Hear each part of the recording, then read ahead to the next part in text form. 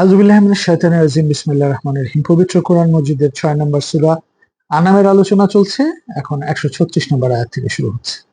আবারও ওই গবাদি পশুর বিষয়টা এখানে আসলো। আমরা যেটা 118তে আলাপ করেছি একটু আগে আরেকটা পর্বে, সেটাতে কিছুটা ব্যাখ্যা দিয়েছি তাফসীর থেকে। এখন এখানেও একটু আসবে।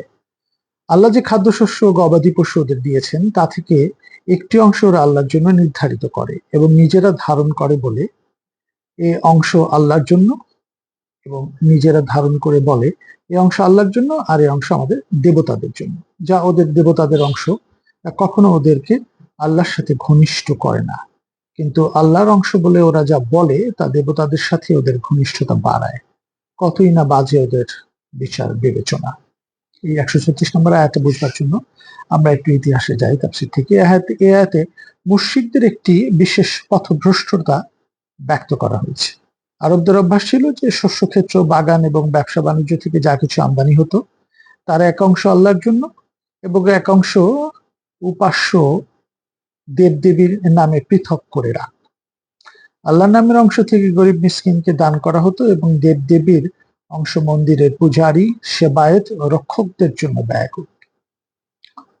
একটা শ্রেণীর জন্য চলে যেত। আসলে দারিদ্র কষ্ট দূর করার ব্যাপারটা আল্লাহ সবসময় গুরুত্ব দেন। আমরা দেখেছি এই সূরা হজের সেই 28 নম্বর আয়াতে আল্লাহ তাআলা বলছেন, এই যে আল্লাহর নামে জবাই করতে যে পারো এই তা থেকে তোমরা খাও এবং অভাবী দরিদ্রদের খাওয়াও।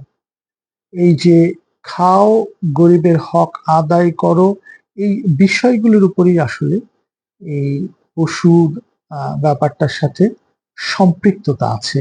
আমরা এখানেও যে আয়াতগুলোতে দেখবো 141, 142, এবং আমরা এই সূরা হজের 36 নম্বর আবার দেখব, এই দরিদ্র মানুষ চাক বা না চাক তোমার পাশে সবাইকে খাওয়াও। এই ব্যাপারটা খুব গুরুত্বপূর্ণ ভাবে এখানে আসে। কেউ চাক না চাক তোমরা খাও এবং সবাইকে খাওয়াও। এই ব্যাপারগুলো আমাদেরকে খানিকটা মনে রাখতে হবে। তো এই ব্যবসা বাণিজ্য থেকে যা কিছু আমদানি হতো ওই যে একটা উপাস্য দেবদেবীর নামে পৃথক করে রাখতো। এক অংশ আল্লাহর জন্য, সেখান থেকে গরিব মিসকিনদের দান করা হতো, কিন্তু তাদেরটাই তো আসল। কেউ নিজে কুক্ষিগত করে নিক সম্পদ এবং এই পশুর অংশ, এটা আল্লাহ চাচ্ছেন না। এই ব্যাপারগুলো তখন ঘটতো। সেবায়েতরা নিত, পূজারীরা নিত, এই এগুলোর থেকে বের হয়ে আসতে হবে দেবদেবীর অংশ মনে করে। প্রথমত এটাই কম অবিচার ছিল না যে যাবতীয় বস্তু সৃষ্টি করেছেন আল্লাহ এবং সমুদয় উৎপন্ন ফসলও তিনি দান করেছেন, কিন্তু আল্লাহ প্রদত্ত বস্তুসমূহের মধ্যে এই নিজে হাতে বানানো কোনো বস্তুকে অংশীদার করা হতো। তদুপরি তারা আরো অবিচার করত, এই যে কখনো উৎপাদন কম হলে তারা কমের ভাগটি আল্লাহর অংশ থেকে কেটে নিত, অথচ মুখে বলতো আল্লাহ তো সম্পদশালী, অভাবমুক্ত, তিনি আমাদের সম্পদের মুখাপেক্ষী নন। দরিদ্ররা কিন্তু পেত না। এরপর এই যে প্রতিমাদের বা যে অংশ এবং নিজেদের ব্যবহারের অংশ পুরোপুরি নিয়ে নিত। দেখাত দেবদেবীদের অংশ কুক্ষিগত করত একটা শ্রেণী, সেবায়েত রক্ষক যারা ছিল। আবার কোনো সময় এমনও হতো যে এই দেবদেবীদের বা প্রতিমাদের কিংবা নিজেদের অংশ থেকে কোনো বস্তু আল্লাহর অংশে পড়ে গেলে তা হিসাব ঠিক করার জন্য সেখান থেকে তুলে নিত। পক্ষান্তরে যদি আল্লাহর অংশ থেকে কোনো বস্তু নিজেদের কিংবা এই প্রতিমাদের অংশে পড়ে যেত তবে তা সেখানেই থাকতে দিত এবং বলতো, সেখান থেকে আর ফেরত দিত না, যেটা দরিদ্রদের কাছে যাবে। আল্লাহ অভাবমুক্ত, তার অংশ কম হলেও ক্ষতি নেই। কুরআনুল করিম তাদের এই পথভ্রষ্টতার উল্লেখ করে বলছে, তাদের এই বিচার পদ্ধতি অত্যন্ত বিশ্রী এবং একপেশী। যে আল্লাহ তাদেরকে এবং তাদের সমুদয় বস্তু সামগ্রীকে সৃষ্টি করেছেন, প্রথমত তারা তার সাথে অপরকে অংশীদার করেছে, তদুপরি তার অংশ নানা ছলনা ও কৌশলে অন্যদিকে পাচার করে দিয়েছে। এগুলো থেকে সচেতন করা হচ্ছে এই 136 নম্বর আয়াত। আমরা দেখলাম এটার ব্যাখ্যা। 137, কাল্পনিক উপাস্যদের প্রতি শরিককারীদের বিশ্বাস ওদের সন্তানদের হত্যা করার মতো নিষ্ঠুর কাজকে অনেকের কাছে গর্বের কাজ হিসেবে স্বীকৃত করেছে। ও নিজের সন্তানকে হত্যা করে ফেলত, মেয়েদেরকে হত্যা করতো, একটা সময় ছেলেদেরকে হত্যা করতো। আমরা জানি ইতিহাসগুলো। নবীজি এই ছোট ছোট বাচ্চাদের হত্যাকে ঠেকিয়েছেন এবং এগুলির বিচার হবে সূরা তাকবীরের আয়াতে দেখেছি কোন দোষে কন্যা শিশুকে হত্যা করা হয়েছে। এই ব্যাপারগুলো উঠে আসছে, জাস্টিস দেওয়া হচ্ছে, ন্যায় বিচার আসছে। নিষ্ঠুর কাজকে, নিজের সন্তানদেরকে হত্যা করার নিষ্ঠুর কাজকে অনেকের কাছে গর্বের কাজ হিসেবে স্বীকৃত করেছে। উপাস্যদের প্রতি শরীরকারীদের বিশ্বাস বলি দিয়ে দিত। আর এর ফলে ওরা ধ্বংসের দ্বার প্রান্তে পৌঁছবে আর বিভ্রান্তি বাড়বে ধর্ম সম্পর্কে। এগুলো তো আসলে ধর্ম না। ধর্ম হলো সৎকর্ম করা, একক এক সৃষ্টিকর্তার উপর নির্ভর করে সর্বতভাবে সমর্পণ করে নিজের প্রচেষ্টা সৎ পথে এটাকে ব্যবহার করা। আল্লাহ ওদের অবস্থা পরিবর্তন করতে চাইলে ওরা এরূপ করতো না। অতএব হে নবী, ওদেরকে ওদের মিথ্যার উপরে ছেড়ে দাও। 138। আর ওরা বলে, এসব গবাদি পশু ও ফসল সুরক্ষিত, আমাদের ইচ্ছা ছাড়া কেউ এসব খেতে পারবে না। এই নিষেধাজ্ঞা পুরোপুরি ওদের কল্পনা প্রসূত। আর কত গবাদি পশুকে বাহন হিসেবে ব্যবহার করাকে ওরা নিষিদ্ধ করেছে। আর কত গবাদি পশু জবাই করার সময় ওরা আল্লাহর নাম নেয় না, অন্যায় ভাবে অন্যায় রোজগার থেকে এগুলি জোগাড় করে এবং এগুলো খারাপ ওই ভুল পথে ব্যবহৃত করে। আল্লাহর নাম নেওয়া মানে সততার ভিত্তিতে এটাকে নিয়ে এগিয়ে যাওয়া। এই রীতিনীতিকে ওরা আল্লাহর নির্দেশ করলে মিথ্যাচার করে। মিথ্যাচারের প্রতিফল আল্লাহ অবশ্যই ওদের দেবেন।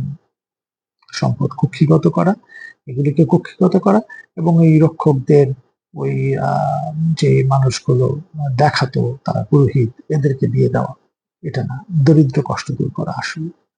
139 ওরা আরো বলে, গবাদি পশুর গর্ভে যা আছে তা আমাদের পূর্বপুরুষদের জন্য রক্ষিত আর আমাদের নারীদের জন্য তা নিষিদ্ধ। আর যদি তা প্রসবকালে মৃত হয় তবে নারী পুরুষ সবাই তা খেতে পারে। আল্লাহর নামে মিথ্যাচারের প্রতিফলও তিনি পুরোপুরি ওদের দেবেন। এগুলি মিথ্যাচার, এগুলি প্রতিফল তারা পাবে নিশ্চয়ই। তিনি প্রজ্ঞাময়, সবিশেষ, ওয়াকে ভালো, সব জানেন আল্লাহ। 140 নম্বর আয়াত।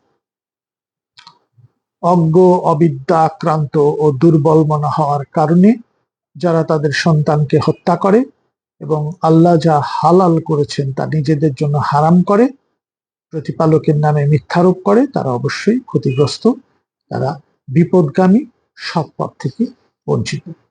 এই যে হত্যার ব্যাপারটা 137 নম্বরেও দেখলাম, 140 নম্বরেও দেখলাম সূরা আনামে, এবং 151 আয়াতের 3 নম্বরে আমরা দেখব, দারিদ্রের ভয়ে তোমরা সন্তান হত্যা করবে না, কারণ আল্লাহ তোমাদের ও তাদের রিজিক দাতা।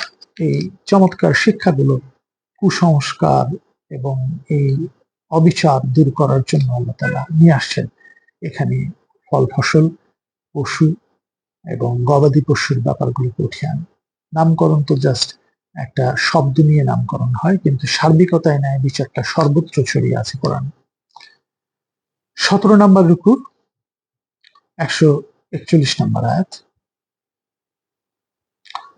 তিনি লতা গুল্ম, পত্র পল্লব শোভিত বাগান সৃজন করেছেন, সব সৃষ্টি করেছেন কাণ্ডহীন আবার শক্ত কাণ্ডযুক্ত গাছ। ফসলের ক্ষেত সমৃদ্ধ করেছেন শস্য দানায়, খেজুর, জয়তুন, আনার বাগান সৃজন করে ফুলে ফলে সুশোভিত করেছেন। ফলগুলো কখনো পরস্পর সদৃশ্য, আবার কখনো একেবারে অসদৃশ্য, আবার স্বাদও আলাদা।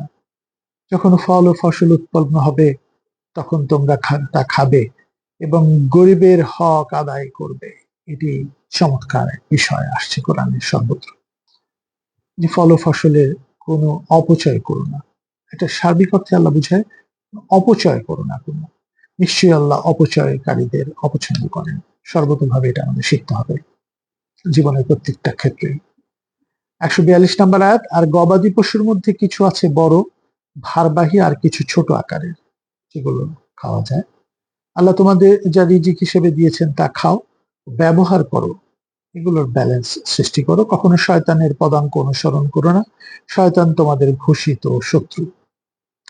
143 শয়তানের অনুসারীরা আসলে যেটা বলে, 8 ধরনের নর ও মাদি, 2 ধরনের ভেড়া ও 2 ধরনের ছাগল খাওয়া নিষিদ্ধ। হে নবী, ওদের জিজ্ঞেস করো, নরগুলো বা মাদিগুলো বা মাদির গর্ভে যা আছে আল্লাহ কি তা হারাম করেছেন?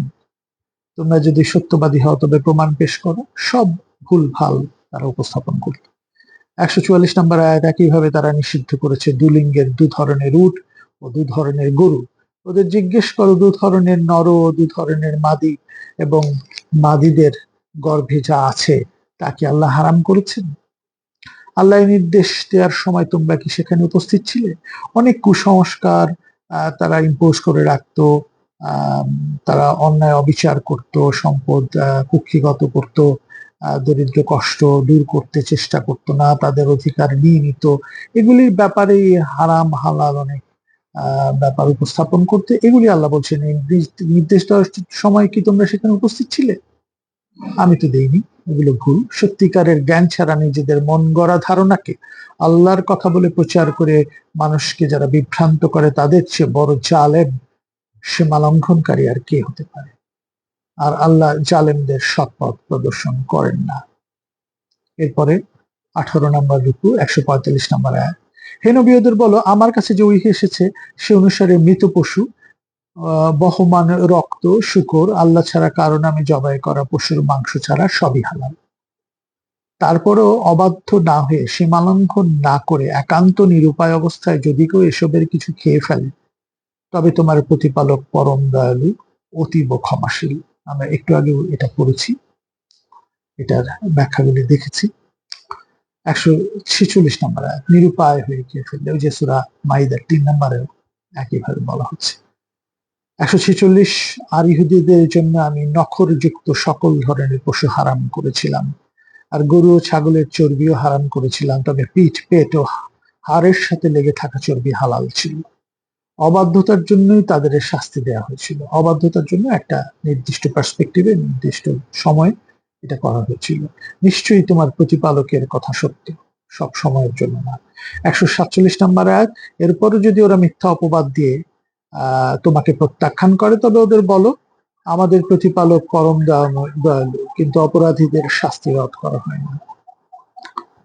148 নম্বর আয়াত, যারা আল্লাহর সাথে শরীক করেছে তারা বলবে, যদি আল্লাহ ইচ্ছা করতেন তবে আমরাও আমাদের বাপদাদারা কখনোই শিরক করতাম না, এবং তিনি যে হালাল করেছেন তার কোনো কিছুই হারাম করতাম না। ওদের পূর্বপুরুষরাও একইভাবে সত্যকে প্রত্যাখ্যান করেছিল, শেষ পর্যন্ত আমার দেয়া শাস্তি ভোগ করেছিল। নবীকে বলতে বলছেন, বলো, এই বিষয়ে তোমাদের কাছে কোনো নিশ্চিত জ্ঞান থাকলে তা পেশ করো। এই যে ভুল ভাল কথা উপস্থাপন করছো, নিশ্চিত জ্ঞান থাকলে পেশ করো। আসলে তোমরা তো শুধু অন্যের ভ্রান্ত কল্পনাকে অনুসরণ করো আর নিজেরা মন গড়া কথা বলো। কিছু কিছু ব্যাপার কোরআনে আসে, এখানে গবাদি পশুর ব্যাপার, অনেক জায়গায় অনেক ব্যাপার আসছে, আমাদেরকে আপাত দৃষ্টিতে মনে হচ্ছে এগুলি ব্যাখ্যা হচ্ছে, এটা বিষয়টা কি। এর মাঝখানে অনেক নিগূঢ় তথ্য লুকানো আছে। একটা ঐতিহাসিক পার্সপেক্টিভে, ঐতিহাসিক ব্যাখ্যার পরিপ্রেক্ষিতে হালাল হারাম বা অন্যায়ভাবে উপস্থাপন করে অনেক কিছু করা হতো, সেগুলো যে আল্লাহর নিয়ম না, এগুলি এখানে বোঝানো হচ্ছে। এই কোরআন অনেক কিছুকে টাচ করে যায়, অনেক বৃহৎ বিষয় এবং ক্ষুদ্র বিষয়, ম্যাক্রো টু মাইক্রো, সব জায়গায় এটা ছাপ রেখে যায়। বলছে যে নিশ্চিত জ্ঞান না থাকলে তা পেশ করো, নিশ্চিত জ্ঞান থাকলে তা পেশ করো। আসলে তোমরা তো শুধু অন্যের ভ্রান্ত কল্পনাকে অনুসরণ করো আর নিজেরা মন গড়া কথা বলো, এটা বলা যাবে না। 149 নম্বর আয়াত, হে নবী বলো, সকল সত্যের চূড়ান্ত সাক্ষ্য তো এককভাবে আল্লাহ, আর তিনি যদি ইচ্ছা করতেন তাহলে তোমাদের সবাইকে সত্য পথে পরিচালিত করতেন। অসাধারণ আয়াত। ইচ্ছা করলে আল্লাহ এক মুহূর্তে পরিচালনা করতে পারেন, উনি পরীক্ষা দেন। নবীকে তাই বলতে বলছেন, সকল সত্যের চূড়ান্ত সাক্ষ্য তো এককভাবে আল্লাহ, তিনি যা বলবেন সেটাই সত্যি। আর তিনি যদি ইচ্ছা করতেন তাহলে সবাইকে সত্য পথে পরিচালনা করতেন। যেহেতু পরীক্ষা করছে তোমাদের, অন্যায় করো না।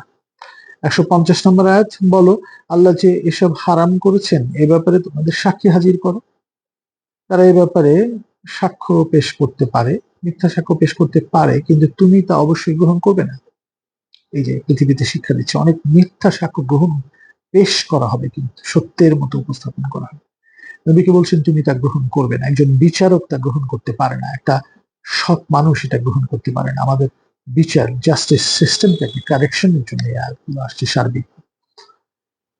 যারা আমার বাণীকে প্রত্যাখ্যান করে, যারা আখিরাতে অবিশ্বাস করে এবং যারা কল্পিত উপাস্য সৃষ্টি করে, তোমার প্রতিপালকের সাথে শরিক করে, তাদের ভ্রান্ত মতবাদকে পাত্তা দিও না।